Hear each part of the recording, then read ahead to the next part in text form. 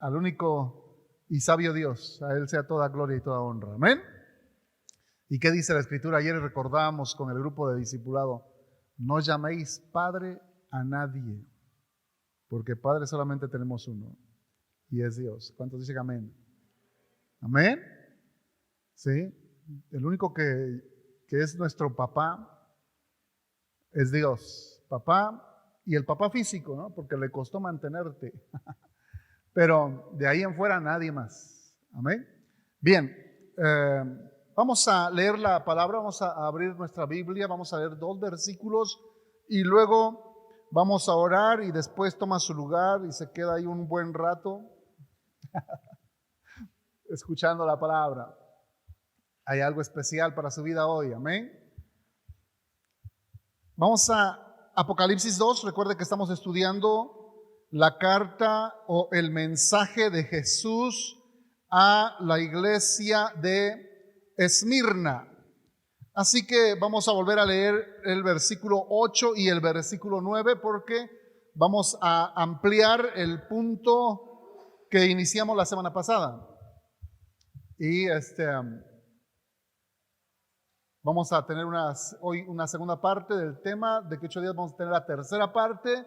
Y si Dios permite, en unos 15 días daremos la cuarta parte para terminar con el mensaje de la iglesia a la iglesia de Esmirna, el mensaje de Jesús a la iglesia de Esmirna. Vamos a unirnos juntos. Dice así, todos juntos, dice: y escribe al ángel de la iglesia en Esmirna, el primero y postrero, el que estuvo muerto y vivió, dice esto: yo conozco tus obras y tu tribulación y tu pobreza, pero tú eres rico, y la blasfemia de los que dicen ser judíos y no lo son, sino sinagoga de Satanás.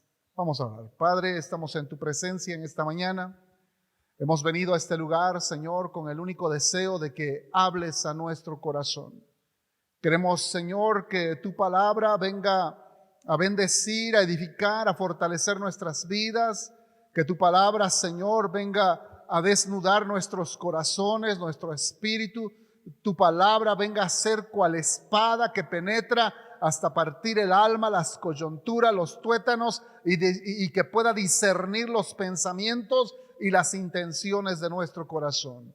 Oramos, Padre, que en esta mañana la presencia poderosa de tu Espíritu Santo nos llene, la presencia de tu Espíritu Santo aplique tu palabra a nuestras vidas y la grabe como un sello en nuestro corazón. Te lo pedimos en el nombre de Jesús. Amén. Amén, amén. Tome su lugar. Gracias a Dios. Qué bonito. Qué bonito que ya está.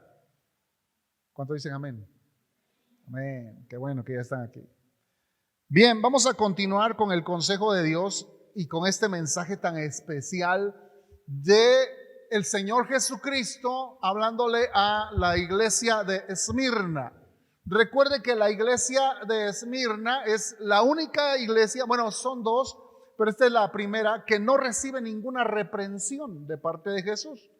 Las otras 5 reciben reprensión. Si usted se recuerda, cuando terminamos de estudiar el mensaje a la iglesia de Éfeso, el Señor le reclama: pero tengo algo contra ti, que has dejado tu primer amor, le dice.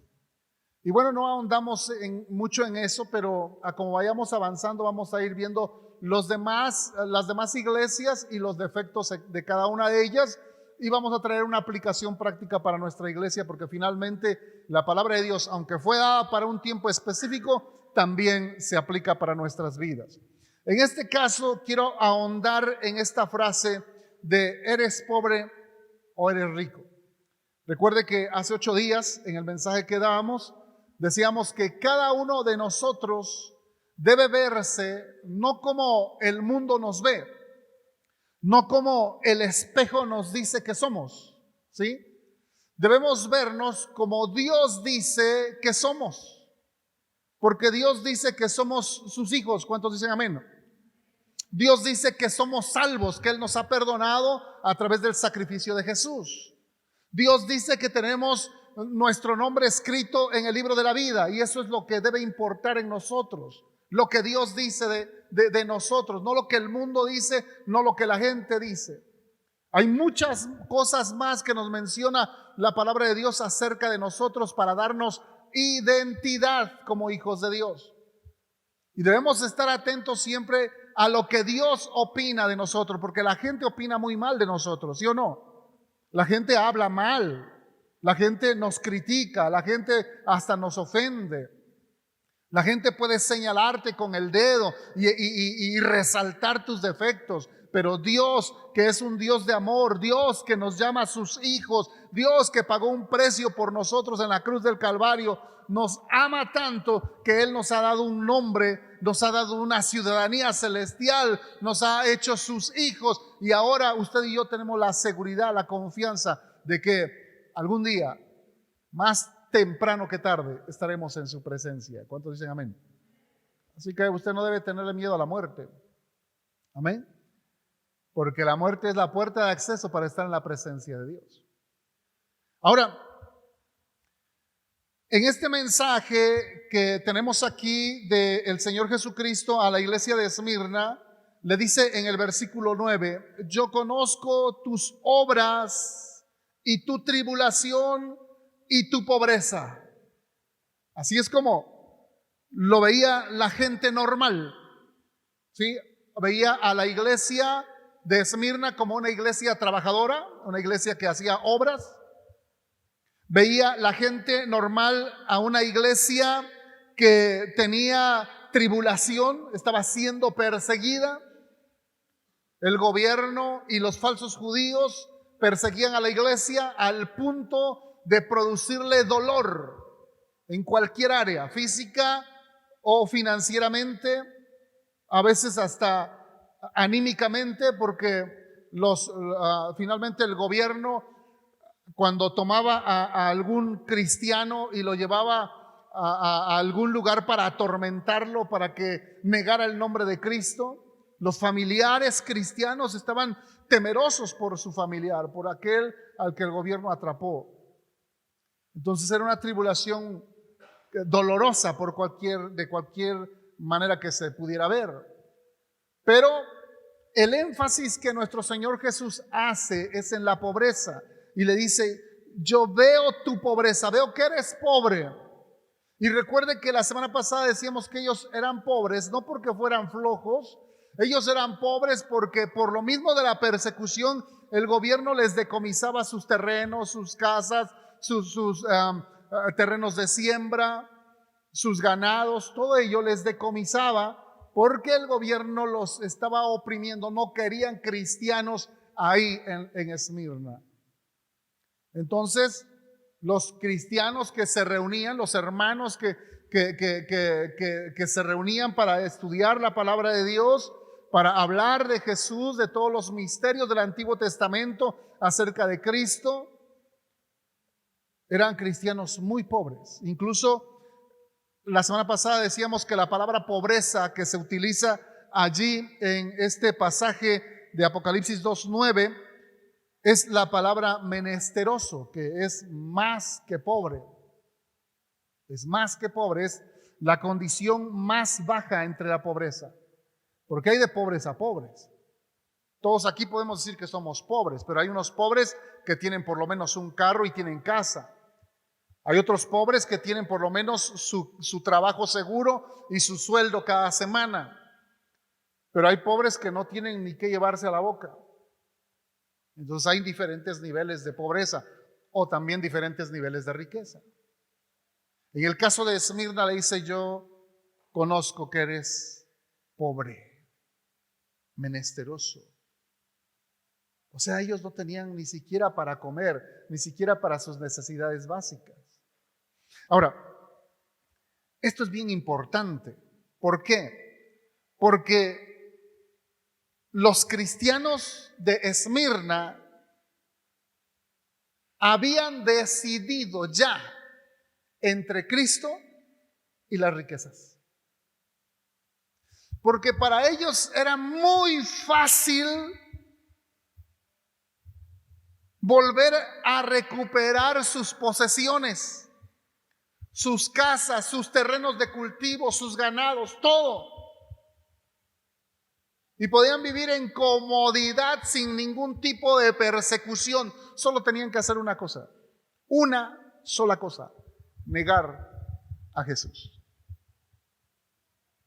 Negar a Jesús, negar que Jesús es el Señor.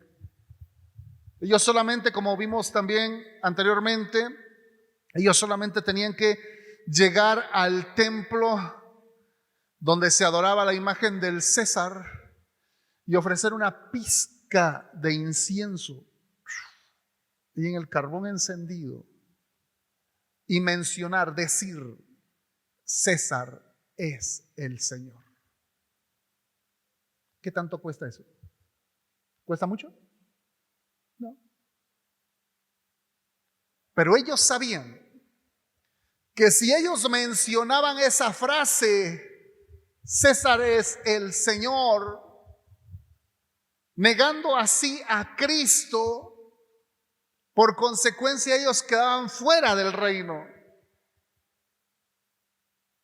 No tenían más derecho a la vida eterna por haber negado a Cristo. Sí, nosotros llevamos un cristianismo muy liviano, muy ligero, y por eso quise ahondar en este punto. Porque muchos de nosotros aún no hemos decidido entre el amor a Dios y el amor al dinero. Jesús lo dijo claramente: no podéis servir a dos señores. Lo dice allí en Mateo capítulo 6, verso 24. Y ese es el primer punto que quiero darles. Tú decides si eres rico o eres pobre delante de Dios. Tú decides si eres rico o eres pobre delante de Dios, porque delante de la gente todos queremos quedar bien. Queremos tener un mejor carro, una mejor casa, mandar a nuestros hijos a la mejor escuela, queremos vestir la mejor ropa, queremos tener el mejor templo. Se oye espiritual, pero no lo es.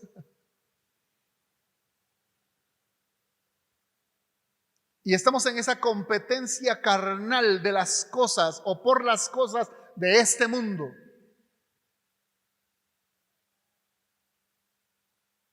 Y Jesús nos dice claramente: no podéis, dice ahí en Mateo 6:24, ninguno puede servir a dos señores, porque aborrecerá al uno y amará al otro, o estimará al uno y menospreciará al otro. No podéis servir a Dios y a las riquezas. Eso tiene que quedar claro en nuestra mente y en nuestro corazón. No podemos servir a dos señores: o amas al dinero o amas a Dios, pero no puedes servir a los dos. La iglesia de Esmirna ya había decidido, por eso ellos eran pobres económicamente, por eso se seguían congregando. Ellos ya habían decidido dejarlo todo por Cristo, literal, dejarlo todo por Cristo. Ellos tuvieron que decidir de una manera forzada por Cristo. Recibieron el Evangelio. Y en el momento de recibir el Evangelio ellos sabían que en ese momento ellos corrían el riesgo de que les quitaran sus cosas. Pero decidían por Cristo. Pero se seguían congregando. Pero seguían amando a Dios. Pero seguían adorando al Señor. No tenían nada. Pero sabían que sus pecados habían sido perdonados. No tenían nada económica o físicamente, no tenían ninguna posesión, pero ellos estaban seguros de su posición en Cristo. Porque Cristo dice que Él tiene un lugar reservado para nosotros en el reino de los cielos. ¿Cuántos dicen amén? En la casa de mi Padre muchas moradas hay. Si así no fuera, yo se los hubiera dicho, dice el Señor. Voy pues a preparar lugar para vosotros, para que donde yo esté, ustedes también estén. Esa es la promesa. Y los cristianos de Esmirna sabían esa promesa, habían creído esa promesa y habían decidido por esa promesa en lugar de las posesiones terrenales. Así que Jesús nos dice claramente: no podéis servir a Dios y a las riquezas. Actualmente, sin embargo, hay muchos que dicen ser cristianos, pero que siguen amando al dinero más que a Dios. Son ricos para el mundo, pero pobres para el Señor. Ahora, tengo una primer pregunta para que podamos darnos cuenta si amamos al Señor verdaderamente o seguimos amando al dinero. Soy cristiano, sí, pero ¿estamos amando a Dios o estamos amando el dinero? Ahora, le voy a dar 5 cosas que van a servir como un rayos X que va a llegar a nuestro corazón y nos va a descubrir a quién estamos amando. Número 1, una persona que ama al dinero no sirve a Dios si no tiene dinero. Una persona que ama al dinero no sirve a Dios si no tiene dinero. Y es que una persona que ama más al dinero que a Dios dice: no tengo para el pasaje, para ir al templo, para ir a la iglesia, para ir al culto, para ir a la oración. No tengo dinero. Otros dicen: es que no tengo dinero para ofrendar. Otros dicen: no tengo dinero para ayudar en los proyectos de la iglesia. Sí, tengo compromisos en la escuela, con mis hijos, en el trabajo, etcétera, etcétera. Tengo muchas necesidades, tengo que sacar lo necesario para comer, para vestirme, pero no tengo dinero para ayudar a la iglesia. Así que ahí empieza Dios a medir nuestro corazón. ¿Cómo puedo saber que una persona ama más al dinero que a Dios? Porque cambian, oiga bien, número 2, porque cambian muy fácilmente una bendición mayor por una bendición menor. Es decir, no vienen a la oración porque necesitan seguir trabajando 1 hora más para ganarse 20 pesos más. Qué cosas, ¿no? Es que dicen: hermano, yo no puedo parar antes, tengo que terminar. ¿Para qué? Para ganarme 20 o 30 pesos más. Y menosprecian la oración. Y por eso la reunión de miércoles está vacía. Este miércoles me dicen que hubo solamente 8 personas. No pude estar porque me avisaron el martes que mi hija estaba muy mal. Tuvimos que salir a México a ver qué pasaba. Estaba a punto de intervenirla. Gracias a Dios que no sucedió y no pude llegar a tiempo, pero ustedes saben que raramente falto a la oración. Haga frío, haga calor, esté lloviendo, haga viento, sea primavera, sea verano, llevamos 10 años y rara vez hemos faltado. Preferimos faltar al trabajo, no terminar la ruta de trabajo, para venir y estar un rato en la oración. Pero hay quienes todavía tienen esa batalla. No puedo parar, no puedo dejar, tengo que terminar de vender, tengo que hacer un poquito más. ¿Para qué?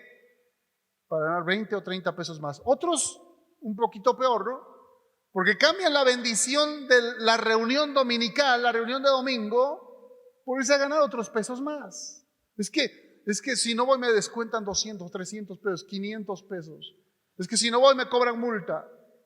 Es que si, y dinero, cambiamos a Dios por el dinero. Y entonces estamos prefiriendo las cosas materiales que a Dios. Dios está pesando nuestros corazones. Están cambiando a Dios por dinero y todavía critican a Judas. Número 3. ¿Cómo sé que una persona ama más al dinero que a Dios? Porque cuando tienen dinero andan contentos. Tienen un billetito en la bolsa y andan contentos. Es más, hasta Te invitan, no, vente, vamos a tomarnos un refresco. Una sonrisota, se sienten seguros porque tienen un poquito de dinero. Pero cuando no tienen dinero andan con la cara larga, triste. Ay, es que me fue muy mal, no hubo ventas, mire que tuve que gastar. ¿No? Ahí se da cuenta quién amas. ¿Al dinero o a Dios? Fíjese. Se sienten seguros. Bueno, ya lo dijimos. Número 4, voy al 4. Porque sueñan, fíjese, una persona que ama más al dinero que a Dios. Oiga bien esto. Una persona que ama más al dinero que a Dios sueña con cosas materiales. Sueña con tener una gran casa, sueña con tener un buen carro. Ven un deportivo y suspira. ¿Verdad? Sueñan con tener un puesto excelente dentro de la línea de trabajo para que puedan ganar muy, muy bien. Sueñan con comprar ropa de marca en las mejores tiendas. Sueñan con visitar los mejores restaurantes y tronarle los dedos al camarero. Sueñan con todo, con riquezas materiales, pero no sueñan con servir a Dios. Nunca, ni por acá les pasa un sueñito de servir al Señor. Unos sueñan con ir a los Estados Unidos y ganar dólares. Otros sueñan con tener un gran negocio donde ganen mucho más dinero de lo que necesitan. Sueñan con tener un fajo de dinero donde lo puedan hacer así y botar como en las películas, ¿no? Sueñan con encontrarse un maletín de dinero lleno de dólares. Que a un narco se le olvide su maletín, yo me lo pueda encontrar. Sueñan con ganarse la lotería y nunca compran un billete. Y algunos dicen, Señor, si me encuentro ese maletín lleno de dinero, te prometo que te doy la mitad para ti y la mitad para mí. Y estoy seguro que si se llegaran a encontrar ese maletín, ¿sabe qué haría? Lo primero que haría sería comprar un auto deportivo para salir a presumir con las muchachas. Bueno, si son hombres, ¿no? Si son mujeres, quién sabe qué harían, Dios las perdone. Número 5.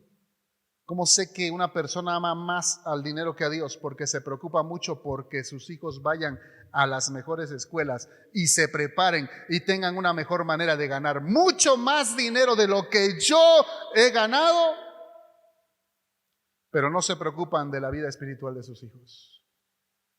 Sí los apuran, ándale, haz la tarea, ándale, apúrate, llega temprano, levántate, y le compran todo lo que necesitan en la escuela, pero cuando se les pide algo en la iglesia, no tengo dinero. No tengo dinero. No vas a ir porque no tengo dinero. No lo vas a hacer porque no tengo dinero. No te vas a comprometer a servir en la iglesia porque no tengo dinero.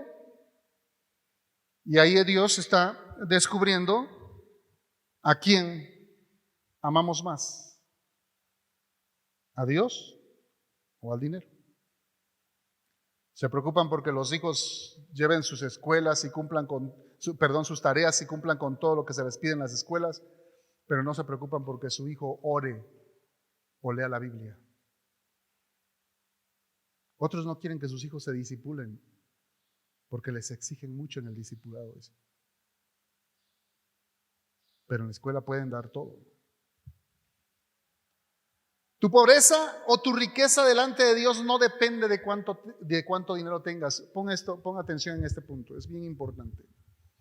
Tu pobreza o tu riqueza delante de Dios no depende de cuánto dinero tú tengas. ¿Por qué? Porque en la Biblia, en el Antiguo Testamento, encontramos a muchos hombres de Dios, hombres que amaban a Dios, hombres como Job, que dice la Escritura que era varón justo, temeroso de Dios y apartado del mal. ¿Y quién opinó eso de Job? Dios. Dios mismo le dijo a Satanás, ¿has visto a mi siervo Job? Es un varón justo, temeroso de Dios y apartado del mal. Pregunto, ¿diría Dios eso ahora de alguno de nosotros? Nos falta mucho todavía, ¿no?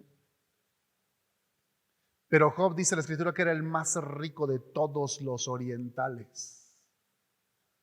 ¿Era el qué? El más rico de todos los orientales. Quiere decir que sus riquezas no le prohibían servir a Dios. Ser rico no le prohibía amar a Dios. Y lo vemos ahí mismo en el primer capítulo de Job. Dice que él todos los días hacía sacrificios a Dios. Y traía un buey y lo sacrificaba. ¿Cuánto vale un buey? ¿Cómo cuánto vale un buey? Unos 20, 30 mil pesos. ¿Cuánto vale un buey? Todos los días. A él no le importaba hacer sacrificio delante de Dios. Entonces Dios conocía el corazón de Job. ¿Cuántos dicen amén? Así que tener dinero no es malo. Lo malo es qué haces tú cuando tienes dinero. ¿Qué haces con ese dinero? Eso es lo malo. Fíjese, unos dicen que el dinero cambia a las personas, pero una convicción personal que yo tengo es que el dinero no cambia a las personas. El dinero solo las exponencia. ¿Qué quiere decir eso?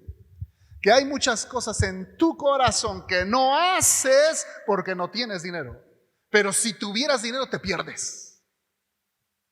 Porque dices, si yo tuviera dinero, no, hombre, ya no sigo con esta mujer, me consigo otra. Si yo tuviera dinero, no, hombre, yo no andaría con un carrito así todo viejo, no, me compro un convertible. No, si yo tuviera dinero, no, ya no regreso a mi pueblo, me voy a Texas, a España, no sé a dónde. Y muchas cosas que tú deseas en tu corazón y que no las has hecho, y que muchas de esas cosas son pecaminosas, no las haces no porque seas santo, sino porque no tienes dinero. Entonces cuando el cristiano, entre comillas, ¿no?, llega a tener dinero, entonces surge lo que verdaderamente ha deseado siempre: pecar, pecar y pecar. Por eso he dicho que el dinero no cambia a las personas, solamente los exponencia, saca lo que verdaderamente hay en su corazón. Si no, fíjate en ti mismo. ¿Qué haces cuando llegas a tener un poco de dinero? Y muchas de esas cosas no son agradables a Dios. ¿Sí me explico? Alguna vez Salomón, el hombre más sabio del mundo, fíjese cómo llegó a pensar. Vamos a la Biblia en Proverbios 30, versículos 8 y 9. Proverbios 30.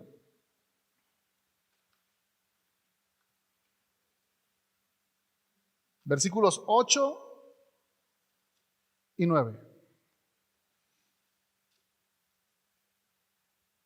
Era el más sabio, no precisamente el más santo. Una cosa es ser sabio y otra cosa es ser santo. Ahora fíjese qué había en el corazón de Salomón. Dice, versículo 8.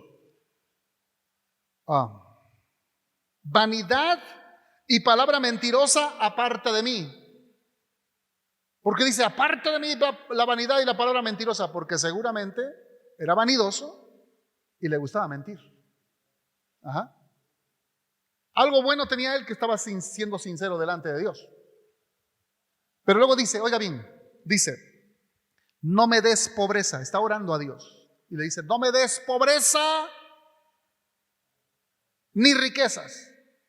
Manténme del pan necesario, no sea que me sacie y te niegue. ¿Qué había en su corazón?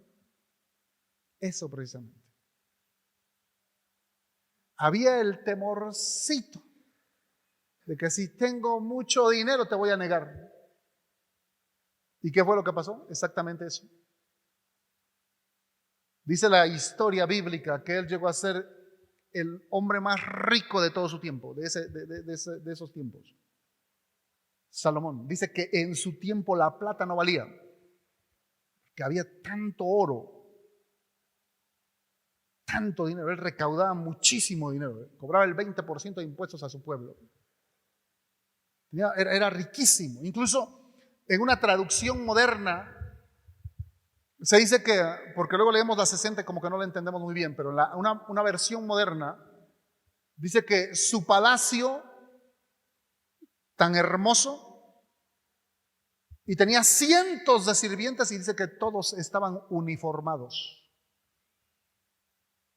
Imagínense qué hermoso. Ahora lo vemos en las películas nada más, ¿no?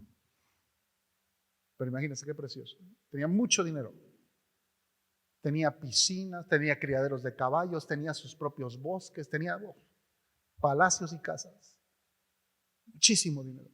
Y mucha, mucha fama. Su fama llegó hasta África, al grado que una reina de África llegó a visitarlo.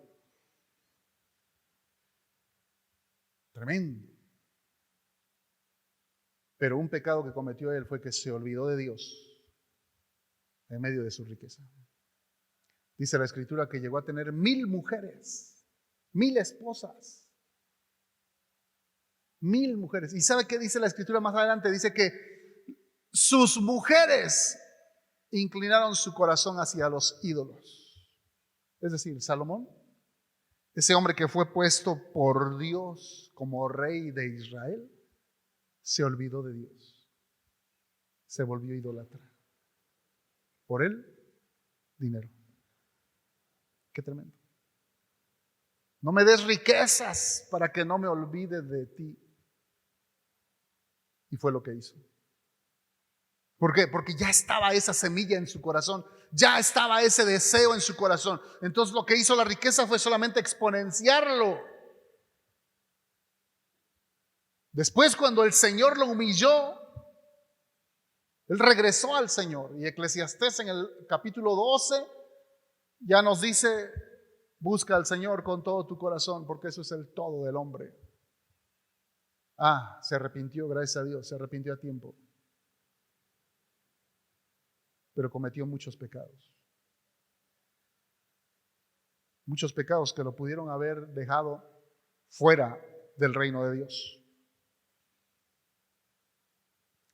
Otros más, porque tienen dinero, quieren comprar los favores de Dios.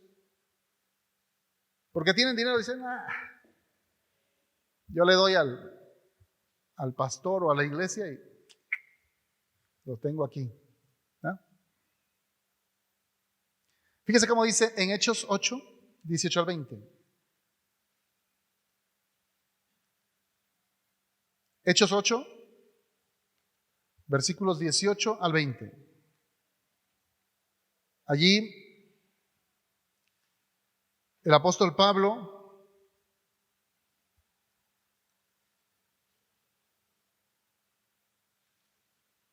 está en Samaria, se convierte un hombre llamado Simón.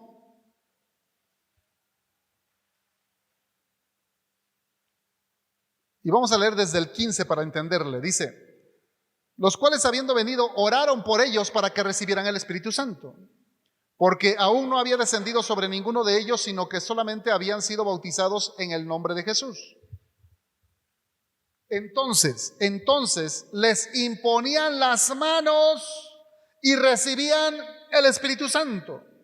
Cuando vio Simón que por la imposición de las manos de los apóstoles se daba el Espíritu Santo, les ofreció dinero a los apóstoles y les dijo: ¿cuánto quieren para que me den ese don? Les ofreció dinero a los apóstoles diciendo: dadme también a mí este poder para que cualquiera a quien yo imponga las manos reciba el Espíritu Santo. Él se quería ahorrar el trabajo de orar y ayunar. Él dijo: le doy una lana al pastor y ya tengo el don.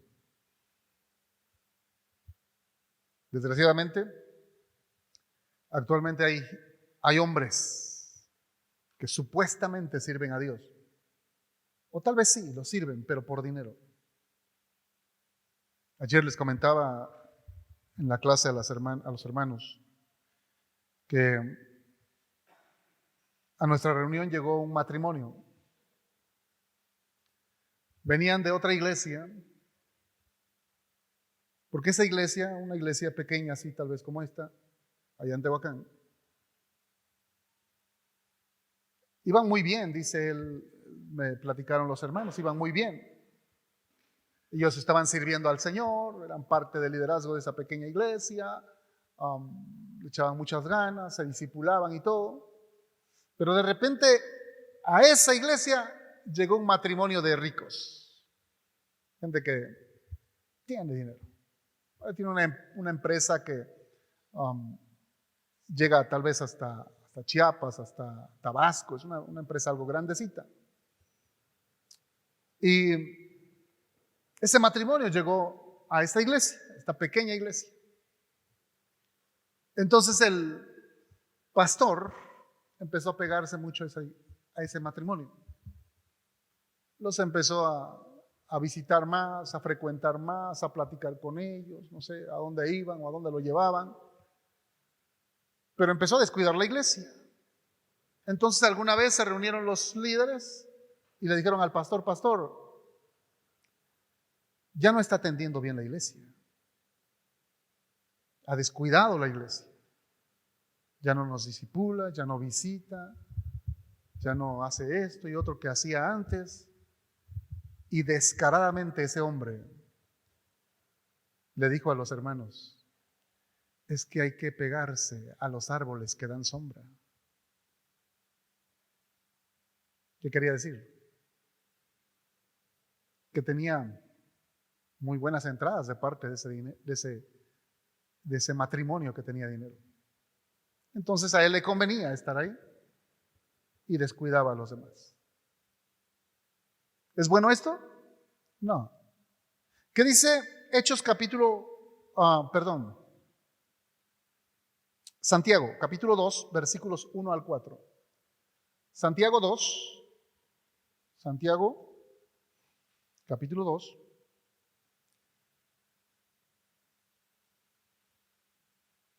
Versículos 1 al 4. Y ahí el apóstol Santiago, que era de un temperamento muy intenso, muy fuerte,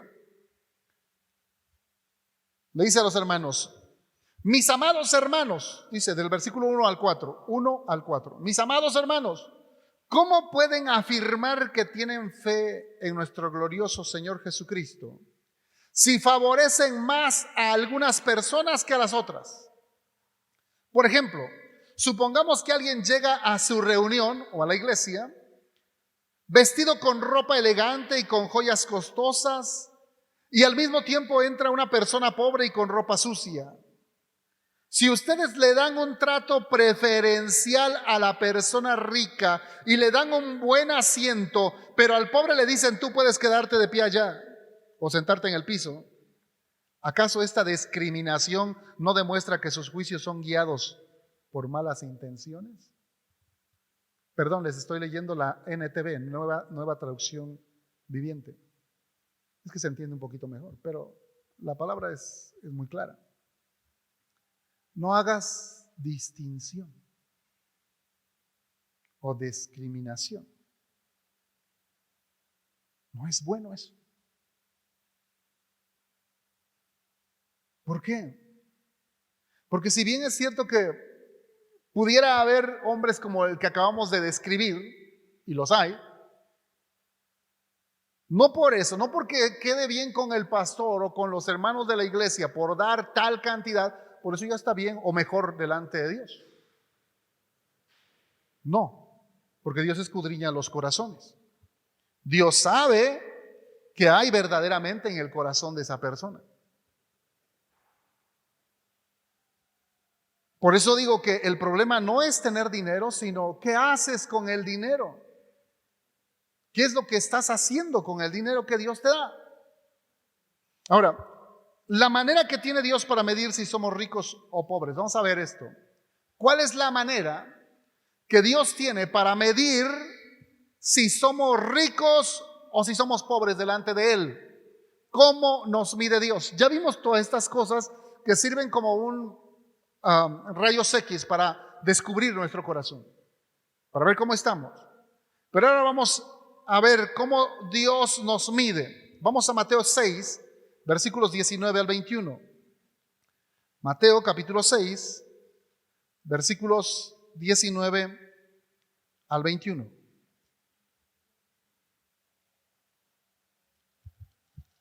ahí en el famoso Sermón del Monte, el Señor Jesucristo le dice a toda la gente que lo estaba escuchando, principalmente a sus discípulos, porque sus discípulos estaban ahí al pie de Jesús, y le dice: no os hagáis, ¿qué? Tesoros en la tierra, donde la polilla y el orín corrompen, y donde ladrones minan y hurtan, sino haceos tesoros en el cielo, donde ni la polilla ni el orín corrompen, y donde ladrones no minan ni hurtan, porque donde esté vuestro tesoro, allí estará también vuestro corazón. ¿Qué dice Dios? Haz tesoros en el cielo. Todo lo que hagas o todo lo que atesores aquí en la tierra se va a quedar. En algún momento se va a quedar. ¿Sabe que ninguno tiene la vida comprada? Se va a quedar. Tu casa, por bonita que sea, se va a quedar. Tus muebles finos se van a quedar. Tu carro del año se va a quedar. Todo lo material se va a quedar. Y si tú te estás matando la vida y afanando por esas cosas materiales, déjame decirte una cosa: te estás desgastando de balde. De balde. Entonces, a lo que debemos dedicar tiempo, esfuerzo, inversión, es en las cosas espirituales. Por eso dice Dios que inviertas tu dinero no en las cosas, porque aquí dice la polilla y el orín las corrompen, ¿no? Una casa, si se le metió la humedad y llegó a aparecerse por ahí el salitre, seguro que te va a tirar tu casita, por bonita que sea. Tu carro, ¿qué tan seguro es un carro? En un choquecito se va, se acaba. Más ahora los nuevos que están muy, muy frágiles. Mi vecino tenía un carrito bonito. Una mañana salió corriendo para ir a dejar a sus niños a la escuela. Salió, no sé a cuánto iba, pero se estrelló contra un tráiler y el carro se despedazó. Gracias a Dios que a ellos no les pasó mucho. Unos cuantos raspones, un brazo fracturado de su esposa y un golpe en la cabeza de su hijo, pero no pasó a mayores. Pero era para matarse ese golpe. Y el carro desapareció. Ese mismo vecino, no sé, yo creo que Dios le está hablando, pero ese mismo vecino un día se despertó, tenía una camioneta Silverado. De repente a la 1 de la mañana escucharon que arrancó con todo y cuando salieron ya no estaba su camioneta. ¿Qué tanto te pueden durar aquí las cosas materiales? Por eso el Señor dice que invirtamos en las cosas celestiales, en el cielo. ¿Cómo puedo yo almacenar tesoros en el cielo? De acuerdo al contexto del Nuevo Testamento, la manera de hacer tesoros en el cielo es invirtiendo en el reino de Dios a través de nuestros diezmos y de nuestras ofrendas. El Señor Jesucristo nos dio ejemplo de cómo debemos dar a la iglesia y cómo nos mide el Señor. Fíjese, le voy a dar un texto, Marcos capítulo 12, versículos 41 al 44. Marcos 12, versículos 41 al 44. Aquí tenemos la historia de aquella ocasión cuando el Señor está observando cómo depositan las ofrendas, cómo viene la gente a depositar sus ofrendas. Él se pone enfrente de la caja de las ofrendas y está observando a cada uno. Y cuando terminan de echarle, fíjese qué dice, versículos 41 al 44, dice: estando Jesús sentado delante del arca de la ofrenda, miraba cómo el pueblo echaba dinero en el arca y muchos ricos echaban, ¿cuánto? Muchos ricos echaban mucho. Y vino una viuda pobre y echó 2 blancas, o sea, un cuadrante. Entonces, llamando a sus discípulos, les dijo: de cierto os digo que esta viuda pobre echó más que todos los que han echado en el arca, porque todos han echado de lo que les sobra, pero esta de su pobreza echó, ¿qué cosa? ¿Echó qué? A ver, dígalo bien fuerte. ¿Echó qué?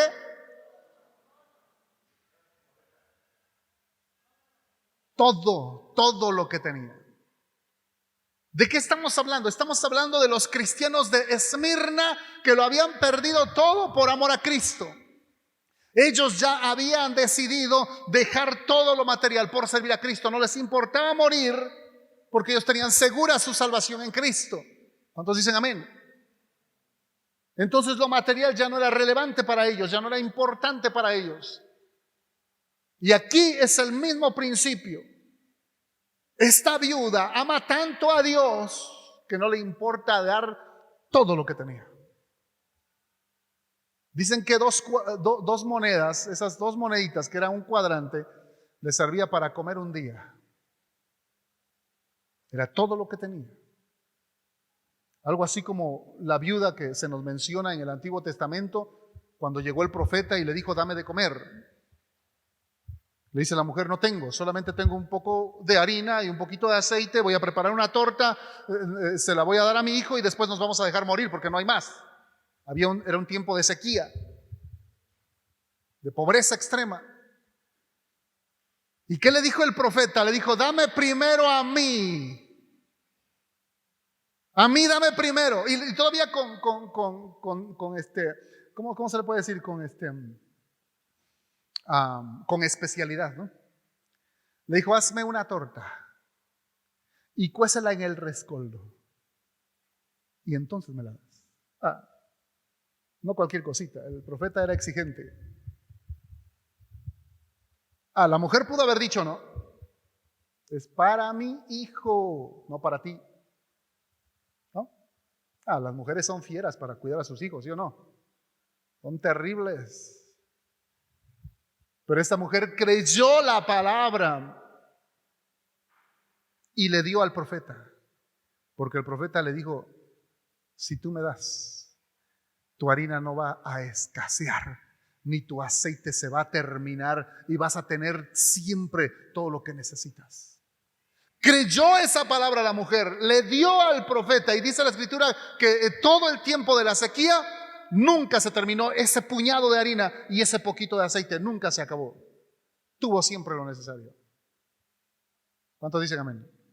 Entonces yo puedo imaginar a esa viuda pobre después de haber dado sus 2 monedas, lo único que tenía para comer al día siguiente.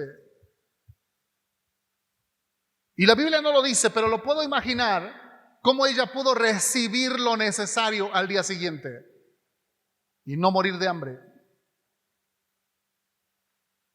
¿Por qué exaltó Jesús a la viuda y no a los ricos que daban mucho? Hay muchos actualmente que dicen, ustedes están mal. El diezmo no es de Dios, el diezmo no es del Nuevo Testamento. Es una mentira pedir el diezmo.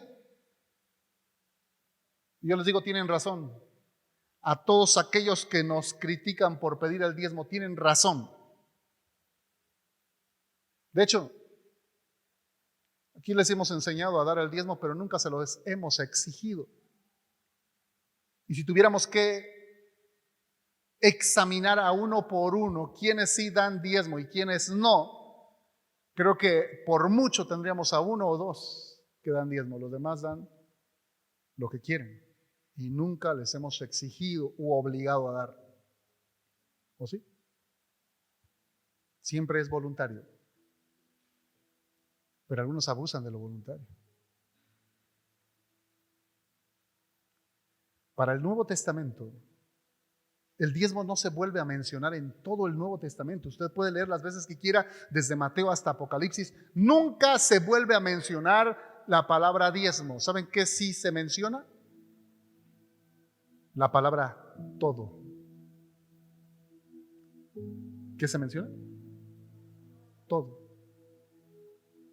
Es decir, dar el diezmo es muy poco. Si Cristo murió por ti, si Él dio su vida por ti, si Él se sacrificó por ti y por mí, no podemos estarle escatimando y decir, bueno, te van unas cuantas monedas a ver qué haces con ellas. A veces sí le hacen a la esposa, pero no debiera ser. A Dios no. Dios no es un limosnero. ¿Qué dije?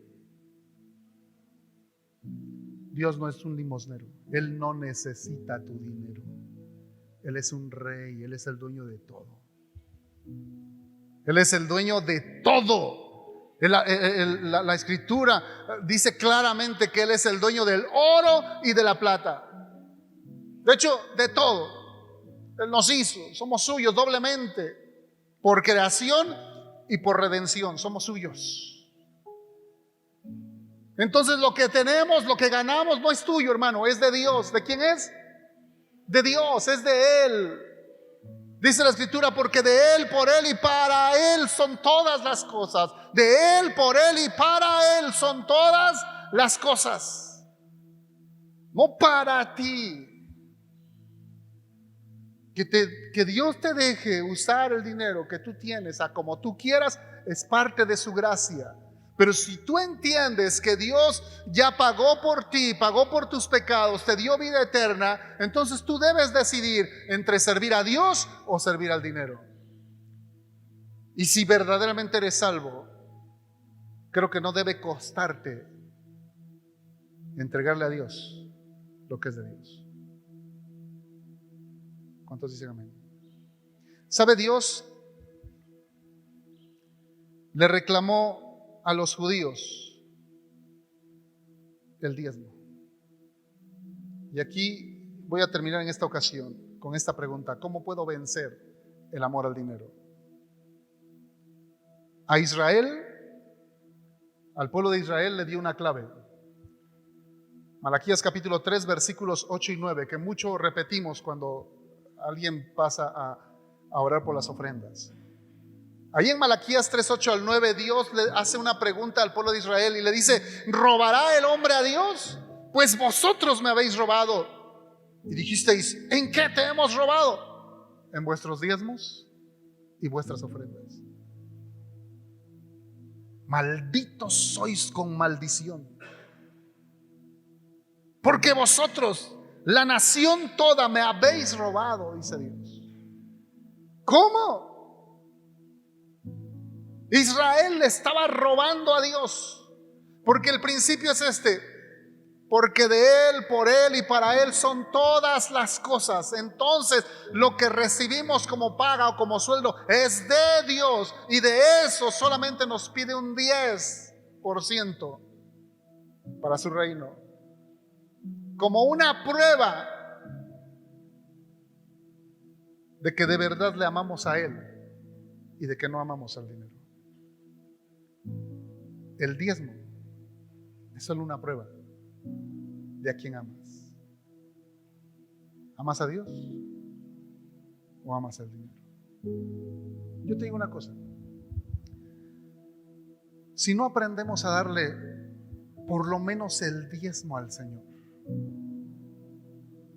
porque somos tacaños, porque somos avaros, porque decimos: es que lo necesito, Dios sabe que tengo mucha necesidad, Dios sabe que gané poco esta semana. Déjame decirte, no importa la cantidad, lo que importa es la obediencia. Así, si alguien ganó 100 pesos en toda la semana, lo importante es la obediencia, traer esos 10 pesos aquí al Señor. Porque si no lo hacemos, estamos sin palabras diciendo que no nos importa el reino de Dios, no amamos a Dios, no nos importa su iglesia ni el evangelismo a otras personas. Estamos dando lo que nos sobra. Yo te invito a que puedas vencer ese espíritu. Se llama avaricia, amor al dinero. Vence. Vas a tener muchas bendiciones si tú eres obediente, porque el obediente Dios lo bendice verdaderamente. No con la salvación, porque la salvación es gratis, solo hay que tener fe. Pero cuando tú obedeces, hay bendición de parte de Dios. Ahí en Malaquías, ahora los versículos 10 al 11, dice Dios: traed todos los diezmos al alfolí, o a la casa de Dios, o al templo. Trae los diezmos y haya alimento en mi casa. haya alimento. ¿Por qué hay alimento? Bueno, en el tiempo del pueblo de Israel se ocupaban los diezmos, se traían los diezmos físicos en grano o en ganado, se le entregaban al sacerdote y los sacerdotes distribuían entre todos los sacerdotes que servían al templo y los levitas, que eran los de la tribu de Leví, a los cuales Dios no les había dado herencia, porque ellos tenían que servir en el templo para hacer la limpieza, para hacer los demás rituales, para todo aquello. Ellos no tenían herencia, no tenían terrenos para sembrar, ellos vivían sirviendo al Señor. Entonces, cuando el pueblo traía el diezmo, los levitas y los sacerdotes tenían suficiente para comer. Pero ¿qué pasaba si el pueblo era desobediente? Los levitas se morían de hambre, tenían que ir a trabajar en otra parte para tener lo necesario. Es lo mismo en este tiempo. Si usted trae sus diezmos,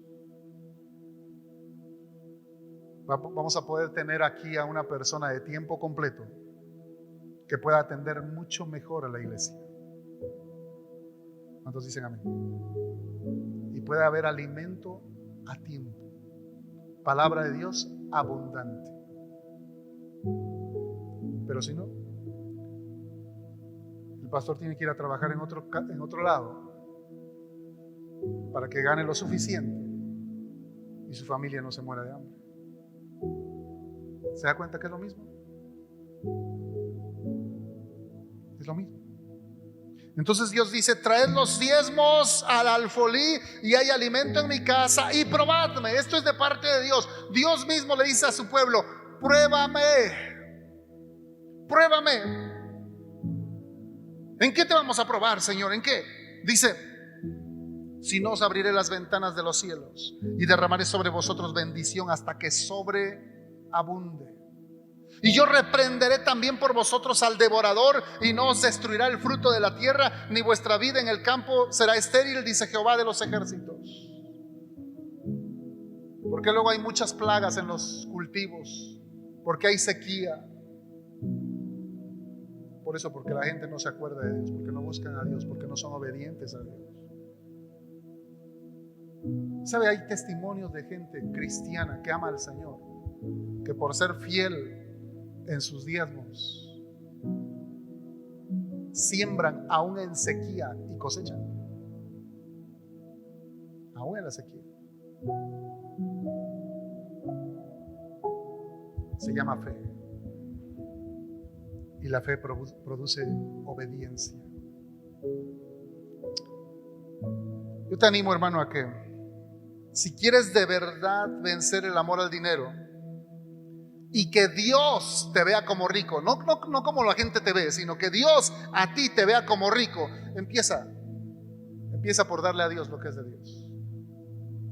Empieza por pagar tus diezmos. A varios hermanos les he dicho: si la iglesia tan solo la iglesia entregara sus diezmos, no necesitaríamos estar pidiendo más ayudas, más ofrendas aparte. No necesitaríamos, incluso tendríamos, con los pocos que somos, tendríamos abundancia para extender el reino, hasta para seguir construyendo, si solo entregáramos nuestros diezmos. Pero si nos comemos la semilla, no la sembramos y no hay cosecha. Sí, el diezmo es como una semilla donde puedes probar a Dios. Decide, hermano, voluntariamente a entregarle tu corazón a Dios. Decide voluntariamente amar al Señor por sobre el dinero. Que Dios te vea, que de verdad lo amas, que Él pueda decir: veo que eres pobre, pero eres rico. ¿Cuántos dicen amén? Pónganse de pie.